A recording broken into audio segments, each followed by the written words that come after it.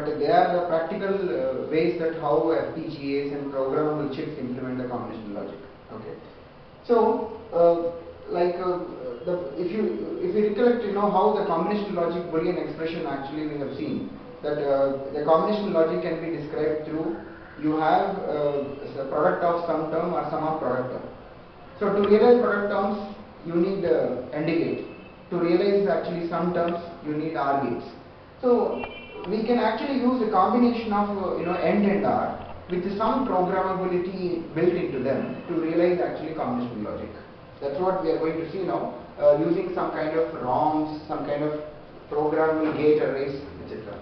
So ROM. So ROM is the ROM way of implementing is it can be easily visualized how a ROM can implement actually the combinational logic function. So first of all, what is a ROM like? Traditionally the ROM means you write once only and then onwards you read.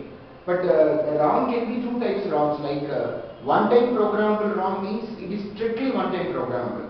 Okay, in the sense you program once, that's it. There is no way that actually you can alter the content. So they are actually one-time programmable ROMs. But all ROMs which are actually non-volatile type need not be only one-time programmable. They can be, you can also have actually a ROM which is programmable for more than one time. You got it? So usually when we are talking in the context of FPGAs and all, we are not talking about one-time programmable ROMs. One-time programmable, what kind of technology will be involved in one-time programmable ROMs? Usually whatever this fuse and anti-fuse kind of technologies, they will go into one-time programmable. And that is basically the final stage of some small design where you don't have to modify anything, and by making it one-time programmable, its life will be more, or some other reason is there, then only people go for one-time programmable. Otherwise you have basically non-volatile reprogrammable ROMs. So they are non-volatile, means once you program, the content will be there. Even if you remove the power, the content will be there. But if you want to reprogram, it is possible. So usually those kind of ROMs we call as PROMs, programmable read-only memory. If you look into history of our digital logic implementation and all, during 1970s and all, where three popular architectures people treated as programmable circuits, implementation, digital circuits implementation. One is PROM, other one is PLA, and third one is PAL. And in depth of analyzing these things, we will have in the subsequent module where we are talking about the FPGA and history and all. But since for the sake of understanding that how a combinational logic circuit can be implemented through ROM, we are discussing in this context. So anyhow, now what actually you mean? ROM can be, like once you program, you read at will, whenever you want you read it, okay? Then essentially it's a kind of lookup table. Okay, now if I go back to the next slide, I can explain. So you have total 4 inputs to the ROM. So 4 inputs in the sense there are 16 possible locations, and the present ROM is implementing 4-bit output. See, it is not compulsory that 4-bit input will have 4-bit output. Need not be. 4-bit input can have 4-bit output, 1-bit output, 8-bit output, anything. It is something like you have a full adder is there, 3 inputs are there, 2 outputs are there. So depending upon the logic that you are implementing, the number of input output can be different. When we are using ROM, when for the purpose of implementing combinational Boolean functions, whatever inputs of your Boolean function, they will be fed to the ROM inputs, address lines. If let us say you have more, then you can feed zeros to them. Okay? And whatever Boolean function output you want, that will be achieved by putting the appropriate content into the ROM. See, ROM idea is what? This is a 64-bit ROM. How 64-bit? There are 16 locations, because 4-bit address means 16 words, and each word is 4 bits, so 64 locations. Out of them, your interest is to implement only one Boolean function, let us say, that is f. That you want to program it onto D0. Okay? Then D1, D2, D3 will have some values which we don't know, so we are referring it as x. So that D0, exactly whatever you want f, you store that when you program it. So whenever you want to find out the Boolean function, feed xyz, f will come out on D0. That's how we implement it. It's a very simple principle. Now, this is a further continuation of it. So, anyhow, I am going to explain about what is PLA, PL in the next slide. So, I will skip this English writer. It's for you to read later. So, now this is actually a simple way of looking in implementing some sum of product expression. So sum of products.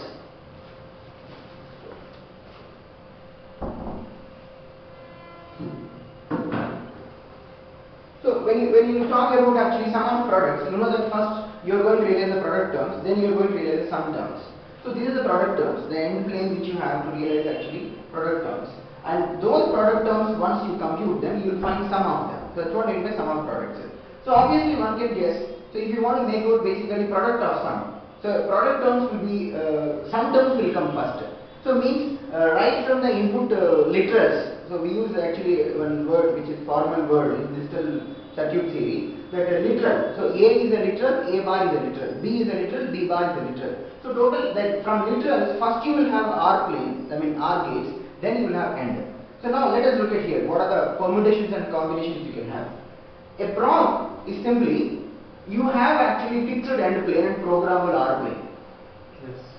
PROM, okay, is a fixed AND plane.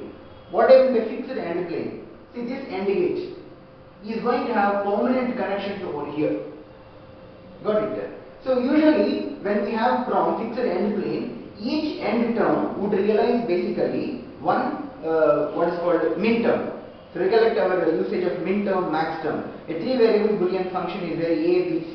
So A bar, B bar, C bar, A bar, B bar, C. Each one is like a min term. Like that, how many min terms will be there in a 3 Boolean variable function? 8. So there will be 8 AND gates because all min terms are there. Now wherever this R plane is there will be a programmability. Actually this diagram is not referring to that. Okay. So in case of if it is a PROM, this line, here also there will be a fuse, here also there will be a fuse, here also there will be a fuse. Let's say you want to pick this min term, then these two fuses will be blown and this fuse only will be kept. So like that each line will have actually this one here. Maybe if I should, I can quickly draw and show you. I will go for a case of simple 2 variable. I am now discussing about actually PROM, okay, programmable read-only memory. So I have A bar, then I have B and B bar. So what I said, fixed AND plane. So in case of fixed AND plane, 1, 2, 3, 4, because I know it will be only 4 min terms. So first one is going to be what? A bar and B bar. Next one is, these are permanent connections, not programmable connections. So that's what in PROM we talk about fixed AND plane. In PROM. Okay. Now 1, 2, 3, 4 outputs will be there. So next one will be what? If I assume, if I go by convention of A is the left hand side, okay, MSB and B is LSB like that, then A bar B. So this A bar is here and B is here. The next A B bar. So A is here, B bar is here. Next AB. So A is here and B is here. These are permanent connections. Permanent, so it's a fixed. Now these are the end terms. So like there can be any number of R layers. Okay. So these are all fuses. So what I am showing is actually a general architecture, a specific chip number. If you look into, there will be some architecture where they will say there will be 4 R terms or 5 R terms or 10 R terms like that. Okay. So now this is what. So what this fellow is actually giving any Boolean function which is implementable with a combination of these min terms, you can use. Got it? So let us say you want to take you want to take this. Then you can blow these 3 fuses. Like this, you may have another R. You may have another R. In short, one can represent even by like this also. Yes. Okay. So this could be one notation. So now this is what you mean by actually PROM. Now variants of this you can visualize. If you have, let us say, this is fixed and this is actually programmable. Okay. If you have reverse, then it is called actually PAL. Okay. Programmable array logic. You have both programmable, then it is called programmable logic array. You got it? So the summary goes like this. So if you have, in the context of, this is actually what AND plane and this is R plane. In case of PROM, this is fixed and this is programmable. In case of PAL, it is reverse. This is programmable and this is fixed. In case of PLA, both are programmable. Anyhow, these are architectural variants. Out of them, not many chips came out in the market and people used with PAL variant, okay, programmable array logic variant. Anyway, there are even chips with PROM also and PLA also. But we talk about this in subsequent when we talk about CPLD and FPGA architectures, because an extension of these, okay, was called as SPLD, and later further extension of this was called CPLD. All that we will study later. For our immediate focus, we want to just appreciate the fact that you can realize the combinational Boolean function by this kind of architectures also. That's what only we want to now concentrate. Okay, there are other variants also possible. You can have a lot of types of ROMs are possible: flash, fuse, anti-fuse, lot of things are there. Then you can also have a SRAM kind of. If you look into FPGA, yeah. But as we know that in PROM and PLA, there is some variation between AND and OR. Right. Then why we are going for PLA, sir, for programming both AND and OR? No, I mean this is even more, little more customization. See, when you talk about PROM, when this is fixed and this is programmable, see all these three, how they become contextual is, this is something, let's say you are able to realize 4 minterms. When you say AND gate is fixed means you are able to, the principle like you have to realize all minterms, and any function f1, f2 or f3 when you want to realize, it would be actually a selected combination of these kind of minterms. So now the question comes, like you want to represent, have 3 this kind of things, 4 this kind of things, 5 this kind of things. You got it there. So for certain class of Boolean functions, having PLA becomes more useful. For certain class of Boolean functions, having PROM becomes more efficient in the sense. See, when it comes to, we might have a Boolean expression either in terms of SOP or POS. No, that is not the question. See, you can rewrite the Boolean function from SOP to POS, PO to SOP. The choice of actually using PROM or PLA or PAL is not based on actually because the Boolean function is POS, I have to go. It's not like that. All these 3 are written for basically SOP only. Even though I say programmable array logic, where AND gate is programmable, OR gate is fixed, the first gate will be AND gates only. It is not the other way. You got it? So intention here is either you want to basically first visualize your Boolean functions as selection of minterms, or even you want to give programmability in actually selecting a minterm itself. You got it? In certain places, these fellows find more useful. But what happens is, these fellows have architecture-wise limitations, scale up. They cannot scale up. Like for example, now you are able to do it because there are only 2 Boolean functions. If you have, let us say, 4 Boolean functions, you have to come out with the 16 this kind of things. Yes. If you have 8, then you have to go to 256. But however, in 256 minterms, no output is actually selecting to 200 Boolean functions at all. Means 200 minterms are not at all being used by any R term. So no use. So when it comes to in principle, anything can be used for realizing Boolean function. But there are some limitations in terms of going by PROM, because as the Boolean functions become more and more Boolean variables get involved, completely scaling up to give 2 power n minterms is not going to be kind of efficient architecture. Now you may ask, what is the efficiency? See, when you are talking about realizing a Boolean function by using some programmable logic, you will reserve basically a programmable logic like cell, like PLA cell or PAL cell. Whatever the maximum possible or the worst case Boolean function having so many combinations, if you design your PLA architecture for that, when you are realizing simple Boolean functions, this is actually an inefficient. Or will you be able to realize multiple Boolean functions in the same plane? See, it may so happen, depending on architecture, each OR gate may be able to realize one Boolean function. But if the number of users that you give option to each OR gate are less in number, then you may have to get one Boolean function f only, half from here and half from here, and again get one more OR gate which is output of it. You understand? So there are different variants that people have worked out, and the main problem comes when you talk about bigger Boolean functions. So people have found that this is not probably the way that you work with, because just a number of minterms you want to achieve in AND gate, then you try to sum up them. That is going to be little okay with the smaller Boolean function, but not larger. So that's why you don't find 14 input and 8 input kind of thing in PROM. Okay, when you go to the 14 input, 18 input and all, all these, even today they are available, programmable array logic chips, they are all PAL, programmable array logic. Lot of chip numbers also start with PAL and PL and all. So I am trying to tell you that don't think these are all actually sum of product or product of some variance. No. All these are actually implementable from your sum of product expression only. First you will have and then you will have R. That is what actually the style followed in this. But that end whatever you have first, is it fixed or programmable? R what you have is fixed or programmable? Is that way.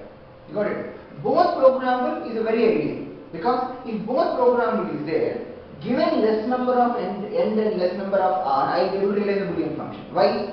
See, let's say for example, I have something like y is equal to a b bar bc, something like this.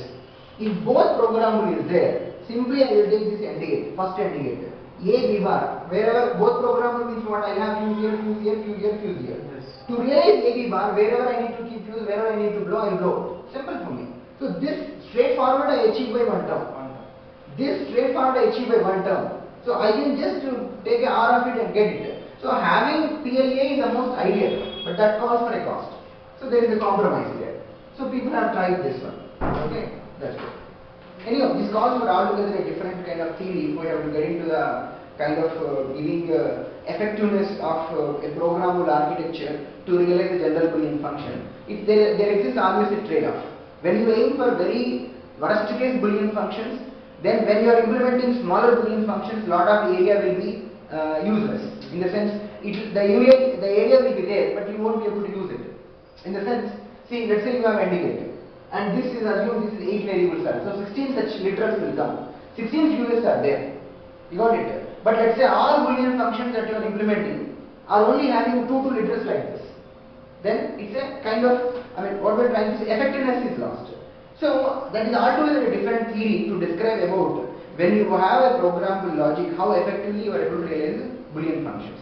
However, just a basic understanding if we get, that is good enough in a VLSI designer point of view. You got it? But when you talk about FPGA cell designer point of view, there are some subjects of our research subjects, of our FPGAs and other things, reconfigurable designs, there all these issues will come.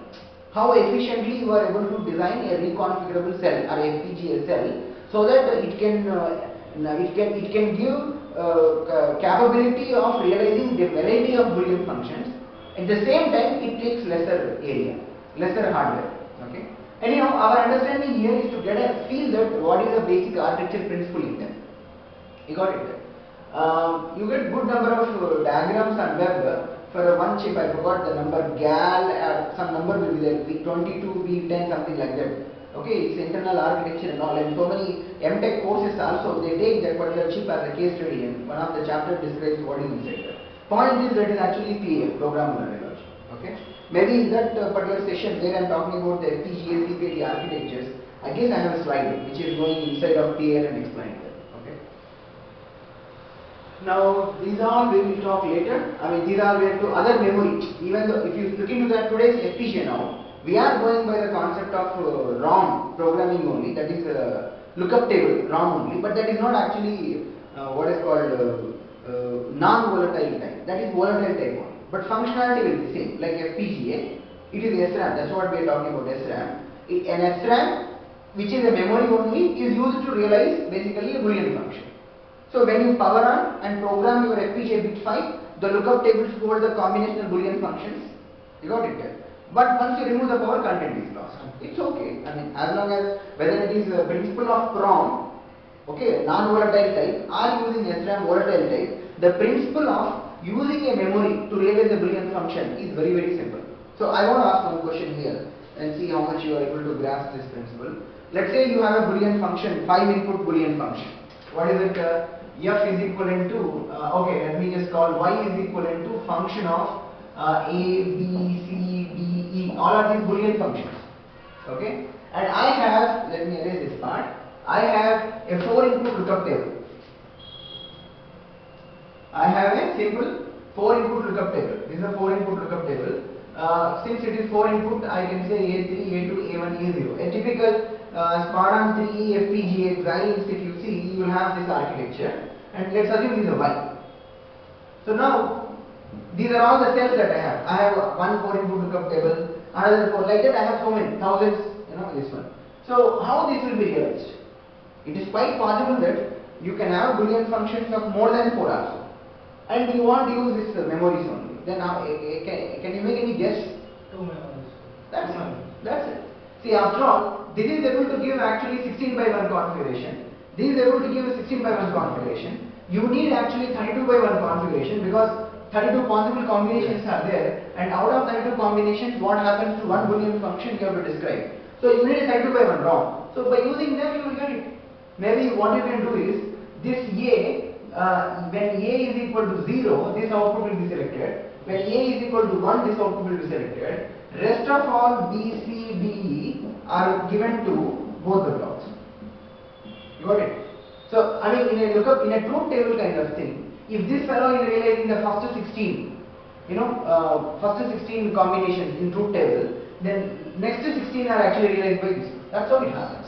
So I can probably leave a pointer here to one of the assignments once we start actually FPGA synthesis part, that you take up an example like this, just write a simple VHDL code or a Verilog code, take A, B, C, D as std underscore logic or actually any reg type 1 bit, okay? Then write some Boolean function, but see that all 5 are used in that expression. Something like y is equal to A bar B plus C D bar E, something like that. Synthesize and see what happens. You will notice, once you look into the floor plan of FPGA after synthesis, you will notice that 2 lookup tables are used. Sir, means after writing visual code, can we see this type of architecture in the... Yeah, that's what we will be doing in our next module. After writing the code, when we start learning about synthesis, okay, when we choose Spartan 3 FPGA, inside the Spartan 3 FPGA, a slice will have 2 lookup tables like this, each of 4 bit, okay. We will write the code, write a very VHDL code for this, or you can write Verilog also, synthesize that, and we open actually FPGA floor plan and see inside that and see how the Boolean function is implemented. We will be able to do that. Okay, that's what I am saying. I am leaving a pointer from here that you should do an exercise there. Okay, once we learn it. Okay, now this slide is explaining about actually the other purposes of a memory that we will not discuss now. We know about that. Okay. Now this is an important thing. Like I guess I might have covered this topic in some other this one. Did I discuss about the purpose of tri-state logic and all?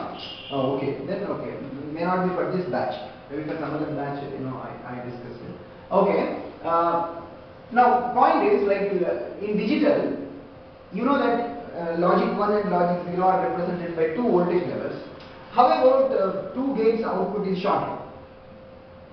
So why? Got it? Whether it is going to do any meaningful shock or it's going to cause any danger, like or it is not going to be a danger, but it won't give any meaningful output. Okay, it is some nonsense, like in the sense that maybe 1, that maybe 0, depending on other kind. These 3 are possibilities. First possibility is what? This kind of thing, like that is actually a valid logic doing this. I am not discussing about it because today in VLSI it is not a practice which people do. It's my knowledge. Maybe there will be some extremes of VLSI where people are still using it, but it is not a standard design practice. So what are these?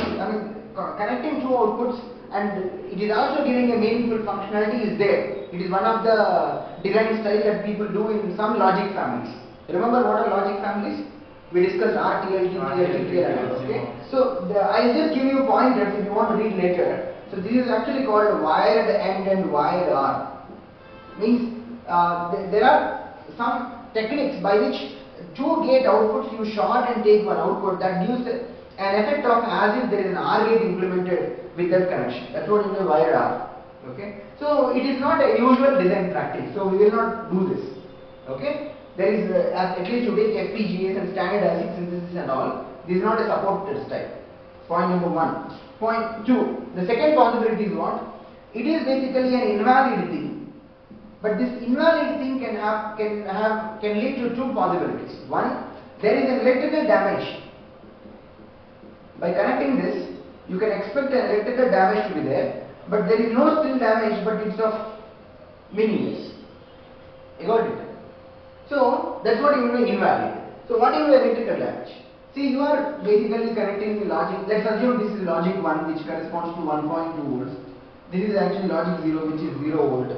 and maybe the resistance of this path, let us say it is some 0.5 ohm, something like that, then you can expect 3.6 amperes of current will come. If 3.6 ampere comes in a VLSI, definitely it is going to burn out. But the point is, these devices itself are designed to have some amount of maximum current. Beyond that, they may not be able to provide the current. So that is not the only condition which decides whether there will be some damage or there is no damage. But point is, that is not a valid condition. So this is what usually we talk in the context of bus contention. Got it? In FPGAs are usually when the synthesis tools in which this is not allowed, this kind of connection is not allowed, you get actually either an error or a warning. With my knowledge, it's an error. Let's say if it is a VHDL code, it shows that multiple signal connections to the same signal. We will also do that as one of our design exercise in VHDL module. We will write a code in such a way that we will write two expressions to come on the same signal. Okay? How? Very simple. Write y is equivalent to A and B, and also write y is equivalent to C and D. It will give an error. Okay, these two are concurrent statements. So it will give an error. And what error will say that multiple signal assignments on y, which is not synthesizable like that. You got it? But you may ask, why are you worried? If it is a mistake, then don't do it. Isn't it? But I am telling you, it's not a mistake. It is a requirement at so many places. It is but actually. How it is validated, sir? Why and why not? Then if you want to get into, you should look into basically that circuit level details. There are some logic families where you can have a wired or wired connection. After all, see, we were discussing that day regarding pull up and pull down some configuration like that, right? So there are some gates where that flexibility will be left to you, so that by shorting them, okay, R combination or NOR combination, something can come. So it is scope of our current discussion. I am not discussing. I suggest you to do some web reading on this. You will be able to understand, because we had some general discussion about TTL logic family and CMOS and all. With that knowledge, you will be able to understand. If not, you come back, we will discuss about that. Okay. So yeah, what I am trying to say, if it is a kind of mistake in the design, then why are we worried about? But it's not actually kind of all the time mistake. It's a design requirement. It's a design requirement in most of the cases. What do you mean? See, you know very well that when you have a microprocessor or microcontroller sort of thing, you know that it's a data bus. Okay? There will be only one data bus. There will be only 8 bits. Let's say if you talk about 8-bit microcontroller which is having 8-bit data bus, there will be only one set of 8 lines. But the same lines need to go to maybe keyboard, isn't it? Same may need to go to maybe hex keypad, okay, and same may need to go to some printer, may need to go to whatever it is. That's it. So it means a parallel connection only, isn't it? And out of them, the keyboard is an output device towards this. Hex keypad is also an output device. So it means two outputs you are shorting. Got it? So this is a design requirement. Okay. So how do you manage this? Here, the keyboard will be giving us an input for the microprocessor or microcontroller, whereas this printer will be acting as an output device. Okay, for printer you have the input. Data will be coming out, data will be moving inside here. Right, okay, correct. See, usually the word input output we speak it with respect to our processor. Your point is right. Keyboard and hex keypad should be considered input, whereas printer is output. But whatever, with respect to these two they are output lines. Keyboard output line, hex keypad output line. You are shorting, right? That is the problem. It's a problem. Okay, unless you short them, you cannot hook up to the database of this one, because you have only one set of database pins. So it's a design requirement. The solution is actually use tri-state buffers. Use tri-state buffers. So there is an alternative solution is you can also use actually control signals. In fact, people usually do in combination. They use tri-state buffers and they use control signals. That's how you get it. What it means? See, what is tri-state buffer? We are going to again discuss this topic in 2 levels. One now and one when we are discussing about module 5, ASIC module, where we discuss about the cells and all. So we will go in depth there how tri-state buffer being realized and how indirectly the concept of floating gate comes in transmission gate CMOS logic family. All that we will discuss later. For time being, to just understand what is tri-state buffer, take a simple CMOS inverter. Okay. In this you cannot realize tri-state. I am just trying to first of all create a context where I can explain about what is low impedance and what is high impedance. Tri-state is nothing but actually high impedance state. Okay. So this is VDD, and this is actually input and this is output.